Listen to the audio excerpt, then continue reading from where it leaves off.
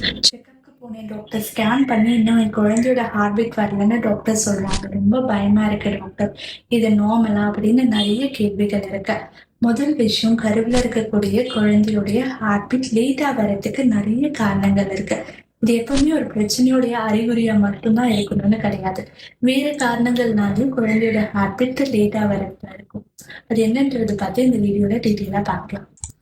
First pregnancy week calculation correct இல்லாமல் இருக்கலாம். Mostly irregular periods இருக்கிறவங்களுக்கு ஓவுலேஷன் லேட்டாக நடக்கிறது இருக்கும். இதனாலையும் ஹார்ட் பீட் லேட்டாக வர்றது இருக்கும். ரெண்டாவது, ஸ்கேன்ஸ் இயர்லியாக எடுக்கிறது. யூஸ்வலி 6 to 7 வீக்ஸ்க்கு மேலே தான் ஹார்ட் பீட் கிளியராக இருக்கிறது இருக்கும். மூணாவது விஷயம், ஸ்கேன் டைப். மோஸ்ட்லி ப்ரெக்னன்சியில் டிரான்ஸ்வெஜனல் ஸ்கேன் எடுக்கிறவங்களுக்கு பெட்டர் ரிசல்ட்ஸ் இருக்கிறது இருக்குது. நாலாவது விஷயம், இம்ப்ளான்டேஷன் லேட்டாக நடந்திருந்தாலும் குழந்தைக்கு, கருவில் இருக்கக்கூடிய குழந்தைக்கு ஹார்ட் பீட் வர்றது லேட்டாக இருக்கும். இதனால ஒரு ஸ்கேன்ல தெரியலன்னு பேனிக் ஆகாதீங்க. நிறைய பிரெக்னென்ட் மதர்ஸ்க்கு ரிப்பீட்டட் ஸ்கேன்ல ஹெல்த்தி ஹார்ட் பீட் டிடெக்ட் ஆயிருக்கு.